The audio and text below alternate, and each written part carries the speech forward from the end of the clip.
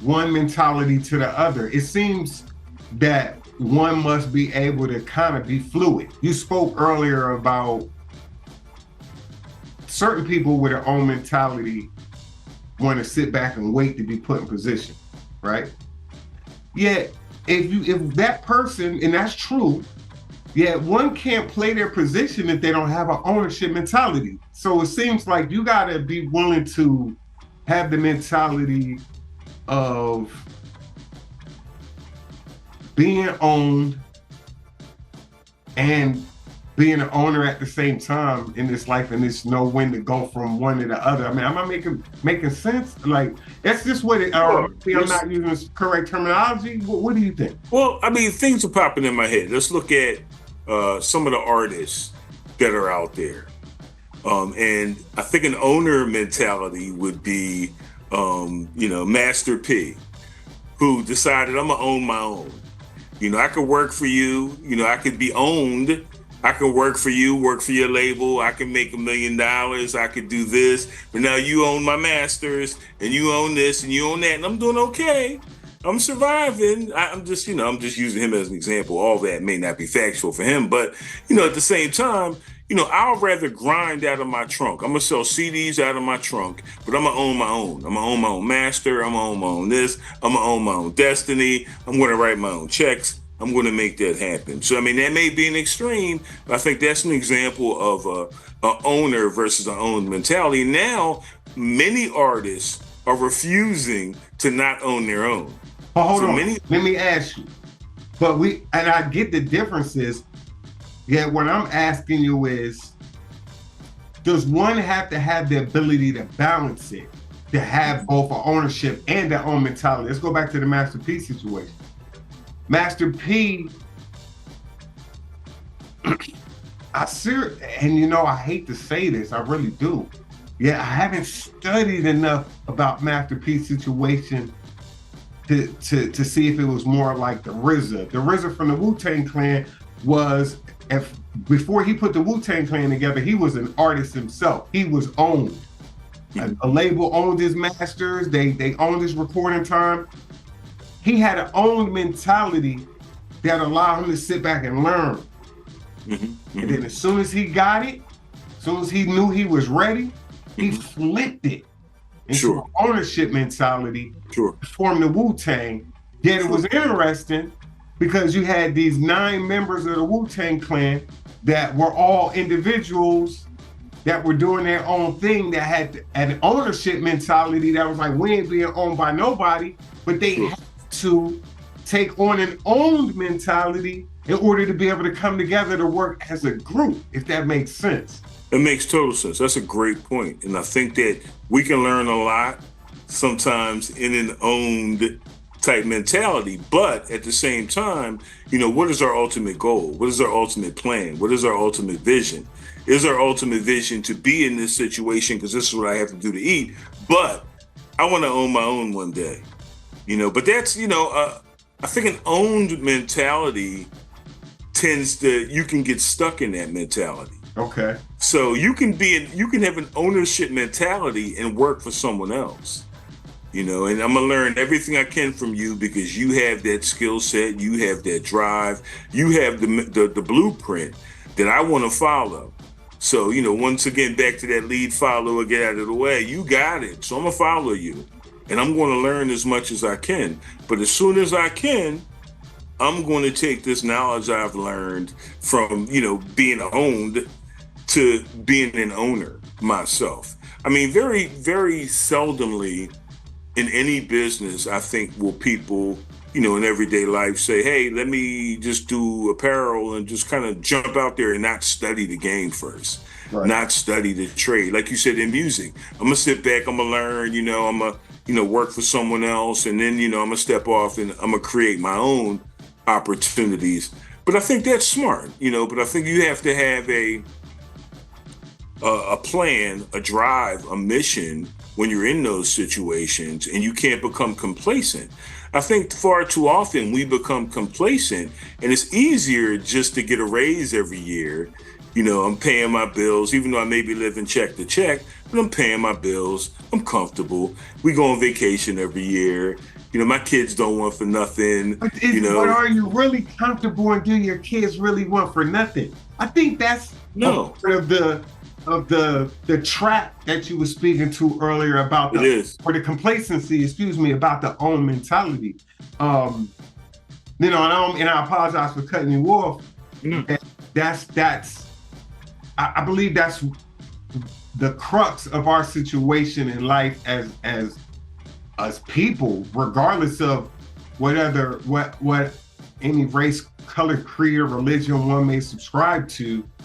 I believe that you said it, complacency. If you get complacent in any position, you can be complacent with an ownership mentality, and you feel like you're entitled.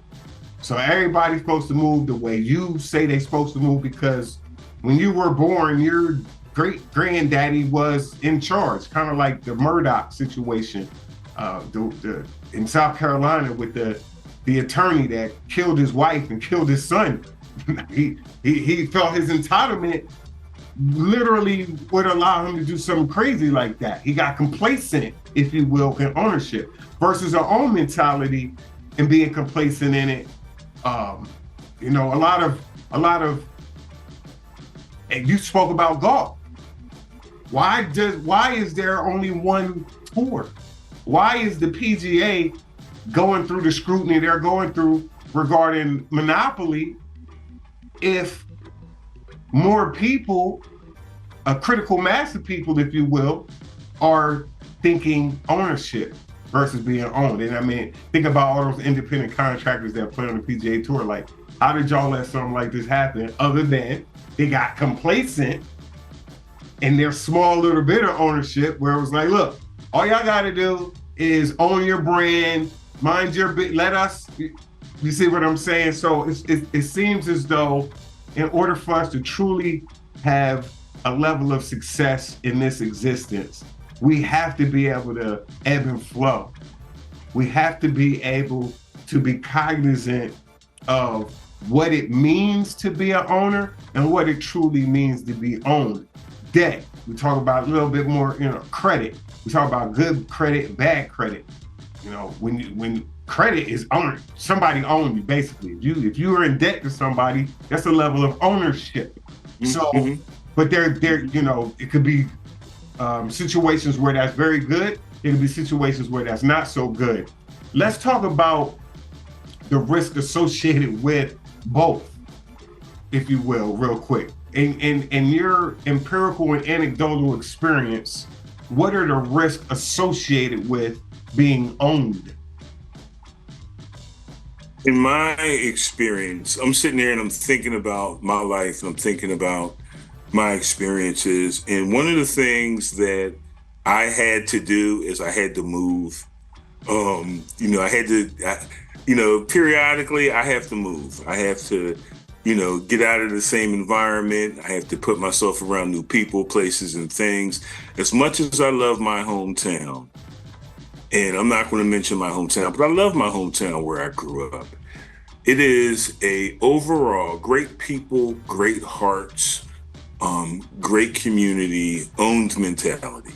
Mm-hmm. Very little ownership, very little drive, very little anything outside of the status quo, very, very little. And in my experience, the worst that I've ever done in my life has been in my hometown. Right. Not because there weren't opportunities, but just a lot of times you have to put yourself around people, places, and things that can motivate you, that can teach you, that can mold you, that can help you grow into a ownership mentality. In my neighborhood I grew up in, my parents, their friends, they all had ownership mentalities. Many of them owned businesses. They ran different things in the community. They had social groups. They did a lot of things that really uplifted the community. The generation after them, and my parents were older, so it would be my sister's age for the most part. And my sister moved out and they didn't stay around long. And a lot of her friends that are really successful moved. But a lot of people in that generation just when their parents began to go on to be with the Lord or things like that, they were just kind of stuck because their parents did most of that stuff. And what I'm seeing now, my old neighborhood is being gentrified now because a lot of those folks didn't keep up on the taxes.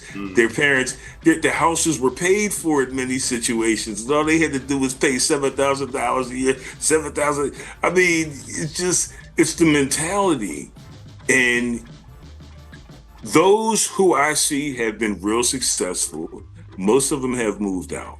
So when we talk about mentality, a lot of times you have to put yourself around people, places, and things that give you the opportunity to be successful. Now, I have friends that have said to me, you can be successful anywhere, because I've said, in the 80s, when crack hit the streets, crack cocaine hit the streets, three of my best friends got addicted to drugs. Three of my best friends got addicted to drugs. Wow. And I moved. And because I'm no better than them. I would have just took one hit out of a crackhead. I mean, really, you know what I mean? We did the same stuff. Right. But, I think that, but a lot of their mentality, and they're still there, but their mentality has been, I could do it here, I could do it here. But I'm always like, look, sometimes you have to get out and get away. So we talk about leadership, and we talk about owned mentality. Unfortunately, I think a lot of that is an owned mentality. So you think the risks that are associated with an owned mentality are, I would say, based upon what you just said, the main risk is your lack of knowledge. Like even the Bible say lack of knowledge is what kills us as a people. Absolutely. Knowledge, opportunity. A lot of times, you have to, people, places, and things create opportunities, and being willing to take risks. Like, I don't see them take risks. Like, I'm a risk taker. So I think an ownership mentality is, I'll put myself out there. Even... So with that being said, real quick, with that being said, then what are the risks associated with ownership? If I don't work, I won't eat. If I don't handle my business, my family won't get to where they need to be. If I don't put myself out there and challenge myself and try to build my business or my business mentality to the point where I can, supersede all of this and leave all of this behind and grow to the next level, I may not be successful. And a lot of times I think fear. I think a lot of folks, it's just fear. It's fear of taking risks, fear of putting themselves out there, fear of failure. It's easier to, be kind of stuck in a situation where I know I'm going to eat. I may not eat a lot, but I know I'm going to eat, versus I could eat a whole lot or I could not eat it all. So I think that you have to really weigh your options, but you have to take risks. A leadership mentality to me is I'm always trying something different. I've done everything from culinary school to get my doctorate degree. I mean, I'm always trying something different. I want to open a business. I'm an author. I'm doing a podcast with Seneca. I mean, I'm always willing to take risks. And I think to me, that's a leadership mentality. And I look at a lot of my friends or a lot of people I associate with, and they don't take any risks. And my thing is, I want to leave a legacy. I want to, when I'm no longer here, if something happens to me tomorrow, I want them to be able to say, he did a lot. So, do you think that there are more risks associated with being a leader that leaves a legacy, or being the type of person that doesn't leave a legacy? Do you think there's more risk associated with ownership or more risk associated with being owned? That's a great question. My personal opinion is there's more risk associated with being owned. Okay. Because you're at the mercy of other people's decisions most of the time. And your family's at the mercy of other people's decisions most of the time. Even if you're successful in what you do as a career, you're really kind of still working check to check. I mean, hopefully you're paying yourself first. Hopefully you're taking vacations. Hopefully, you're doing things you need to for your family. But no, very seldomly, I won't say nobody or no company, very seldomly will somebody pay you what you're worth. Very seldomly will somebody put you in a position where you can truly thrive, not survive, but truly thrive, working for someone else, because that's their goal. That's why they're an owner. Right. Now, if you're talking about, the NBA or NFL, then you're putting your body on the line, and you're still. I mean, it's a multi-billion-dollar industry, but you're, a vehicle that an owner's using to get where they need to be. Right. So it's like you're a millionaire or a multimillionaire. You still own. Exactly. Right. You're right. You're it's just another level. But I mean, look at the side effects that happen from that. I mean, you were a tremendous athlete and a military guy. I'm sure you got aches and pains, and you're in great shape. Some of these folks that are out there every day banging heads on the gridiron with, these are, I tell my kids, I'm like, look at these people out here on this field. What makes everybody on this play? I had this conversation with my daughter, who's an athlete, and my son the other day. Look out here, we were watching a football game. What makes everybody out there different from everybody who's not in the NFL? Or what mentality do they have that folks who can't make it to the NFL have, or folks who, what makes them stand out? I forget exactly what I said, but we talked about that, and we talked about just their drive and their heart and their mission and a lot of it's natural talent, but that's a work ethic that takes you to another level. But even then, you still, as you mentioned, you still become owned. Right. Now, a lot of those players. That's amazing though, right? Because a lot of those players have ownership mentalities. Right. So a lot of those players now are making sure that they're handling their business, but they're learning. They're being around older players who made those bad mistakes, and older players who struggled and now have, Lou Gehrig's disease, or, I'm just throwing stuff out there, or, different stuff, right. From getting all concussions and all this. They're learning to take ownership for their own destiny and not letting, their contract that may not have been as fruitful as it may sound good or may look good initially, but it may not be what they need to have a true ownership mentality. So a lot of those folks are learning from other people, which is what we need to do. I hope that, this podcast, somebody can say, you know what, I need to look at this in a different perspective, or talk to my kids about this, or whatever that may be. Because I think ultimately, the leadership mentality is we want people to say, if I'm going to be able to strategically dominate from alpha to omega, I need to have a leadership mentality across the board. I need to be able to set the standard for my family, set the standard for myself, that, we're going to look at having a ownership mentality. And once again, nothing against people who, may have, a owned mentality. A lot of us were owned. Right. But at the same time, I don't mean to interject, or rather interrupt you, my good brother. It's just that what you're saying, and as the youngsters said to me, I'm picking up what you're putting down, OG. I'm like, yo, and that's why I thought this conversation was so dynamic to have, especially now in this day and age with everything going on and where we are, the age of Aquarius or whatever the case may be. Andre 3000 came out with the Flu album, and we got some serious changes going on, right? And yes. I'm just seeing this so deep, especially being a leader myself and always attempting to lead the best that I can and being as efficient and effective. And it's not always about making people happy as opposed to providing everyone's needs. And so in that, there's always, personally for me, there's always this exercise in owned mentality versus ownership mentality.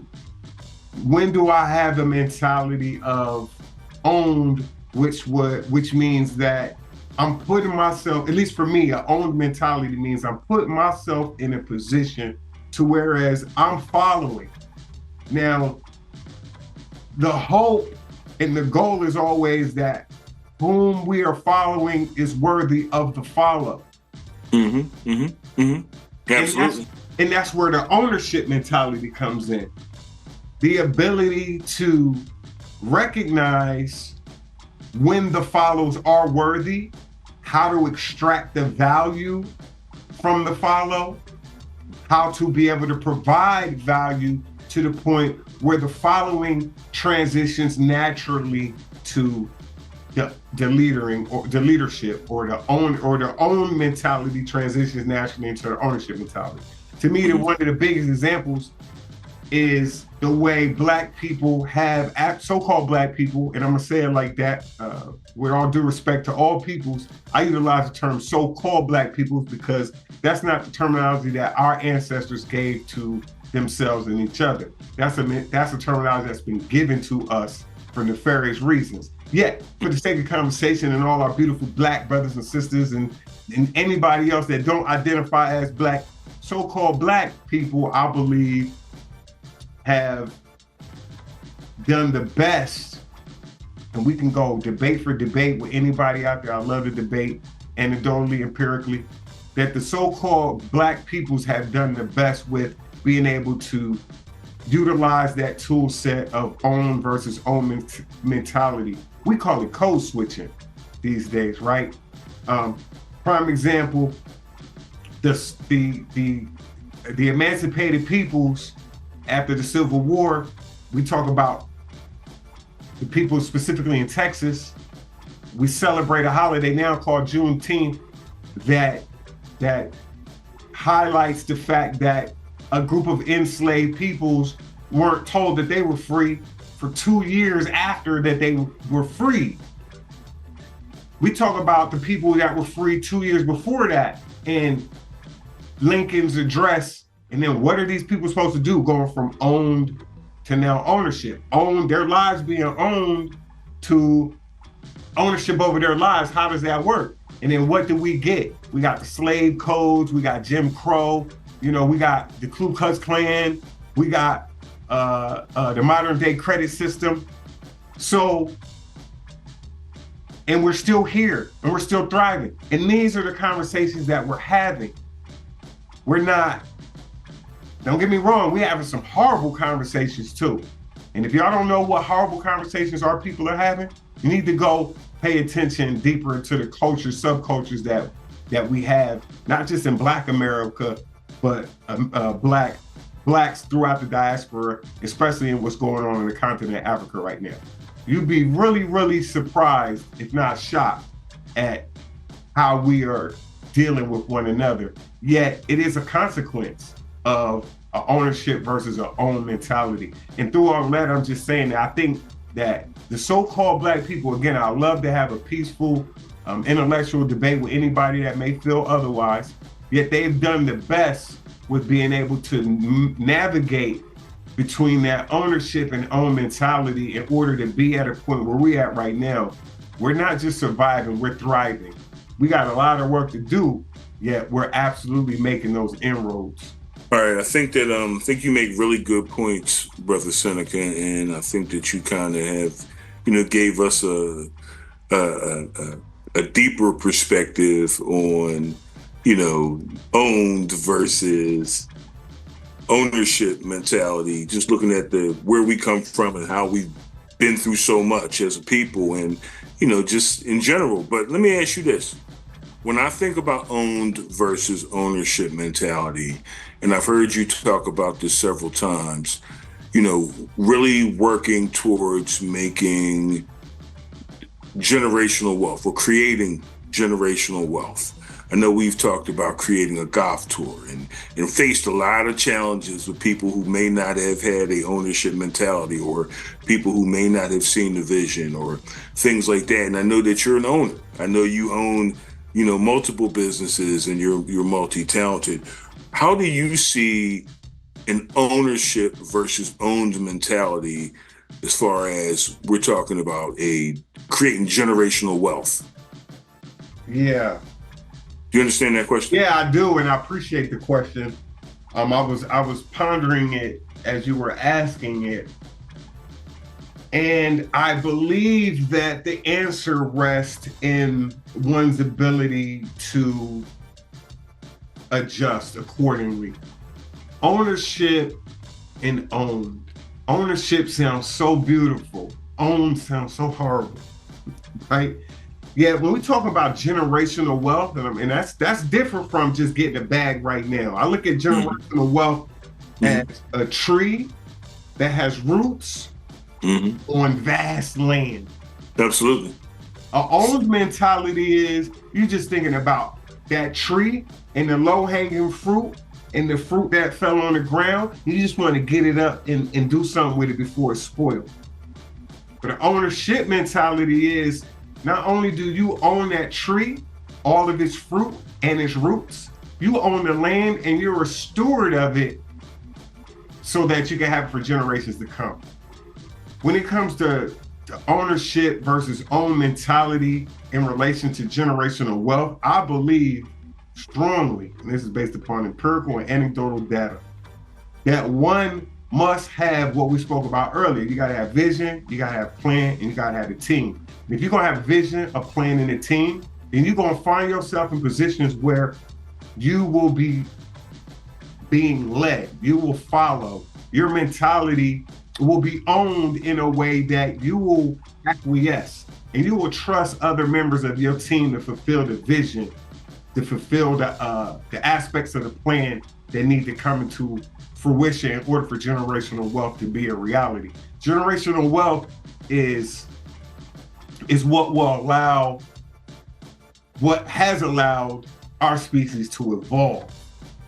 And evolution, if we're looking at it in 360 degrees or in a circle, that means that we're always moving in a direction, yet at some point we're going to get back to where we once were. So one has to be able to, in all of the responsibility and obligations of ownership and taking that on, one also has to be able to delegate and teach and show others how to do that as well, for if and when one ever gets to the point where they can't lead and can't be as effective, the mission can still continue. And that's what generational wealth is. It's not just about a bag or some money. It's about the spiritual, mental, and physical ability and willingness to go through the cycles of life in order to keep life going. That's what true generational wealth is. It's not the bag. It's the spiritual, mental, physical health that's going to be needed in order for people to continue to move forward and thrive. I think that's a great point that you make. You know I look at creating opportunities for my children and my children's children and my children's children, which is exactly what you said. Right. I'll just be a little more specific. And I totally agree. I think that that's really a leadership mentality. And you made a great point that, reaching back, getting rid of that crab in the barrel mentality, teaching somebody, lifting them up, helping somebody, that's a leadership mentality. That's a, ownership mentality. I don't want to be at the job all day. I want a manager in there that can handle the business. Right. I want, my son to be able to step in if something happens to me. I want my wife, my children to be able to step in. I want to train up a child. I want to raise up, a team, that, really can, help all of us thrive, because we all we got. And, right. I think that we can really learn a lot from that mentality when it comes to ownership or owned. When it comes to the shirt you got on, go like that. Absolutely, we all we got. We got. You made it a shirt. Hey, but that's what's fly though, right? And that's what the podcast is about. At the end of the day, I would think we need to be diligent. We need to be very intentional about what we tell each other, what we tell ourselves, and then how we operate in order to lead into the next millennium. We have to be very, very, very diligent, very, very intentional. And Absolutely. I believe that doing things like making shirts that say we all we got, right? Affirmations, by doing things like the podcast in order to allow people to just have some type of compass, if you will, right? Additional perspectives. Yeah, there's additional valid, viable perspectives. You know, one of the things I like about chopping it up with you like this is the fact that we just don't see it that much with people that look like us. I spend a lot of time on social media. I enjoy it. It's my way of interacting with people without necessarily having to interact with you. So I'm a social scientist, you know what I'm saying? So I get to study, I get to learn, I get to grow, and I don't gotta necessarily go all over the place. I tell people all the time, social media is nothing but the club. Remember we used to go to the club? We going out tonight. Some of us went out, we all went out trying to get something. Some of us with the ownership mentality, we was like, we about to get a network. We about, you know what I'm saying? Some with our own mentality was like, we just about to go get a sugar mama or sugar daddy or something, right? Either way, we all went with a mission. And I love social media because I get to really tap into people's missions. Back in the day, we used to go to the club and in the comments, drop the favorite club you used to go to back in the day. You know what I'm saying? Like, you used to go to the club and you know what club you was going to for whatever specific it was. But you had to get dressed, you had to have the money, right? Now, you just need to have the access to the internet and you can go into a lot of clubs, and I love that because you're able, and I know it's a lot of fronting and stunting on the internet, but don't believe the hype of, don't believe everything you read and don't believe everything. Look, believe it all and then go do that research to see how much of it is actually true. Right? Just because you believe in it don't make it true. So yeah, man, this was a powerful, powerful conversation, dude. I appreciate you for everything. Holy, pure, and sacred, man. Like, for real, on some, OG back, or some triple OG back to double OG, you know what I mean? Like, again, we need to be able to chop it up like this. For everybody out there paying attention, enjoying this conversation, chime in on the conversation for sure. Drop in your comments. If you don't want to be out there on blast, because we know the internet can be a little cruel, jump in the DMs and, Al's married. No freaking stuff. Jump in the DMs and ask plenty of questions, you know what I'm saying? And let's continue the conversation. Yo, the Alphabet Chronicles, man, thank you so much, my brother. And we're going to do this again at the next appointed time, you know what I mean? Most definitely. Much love. Much love, man. Peace.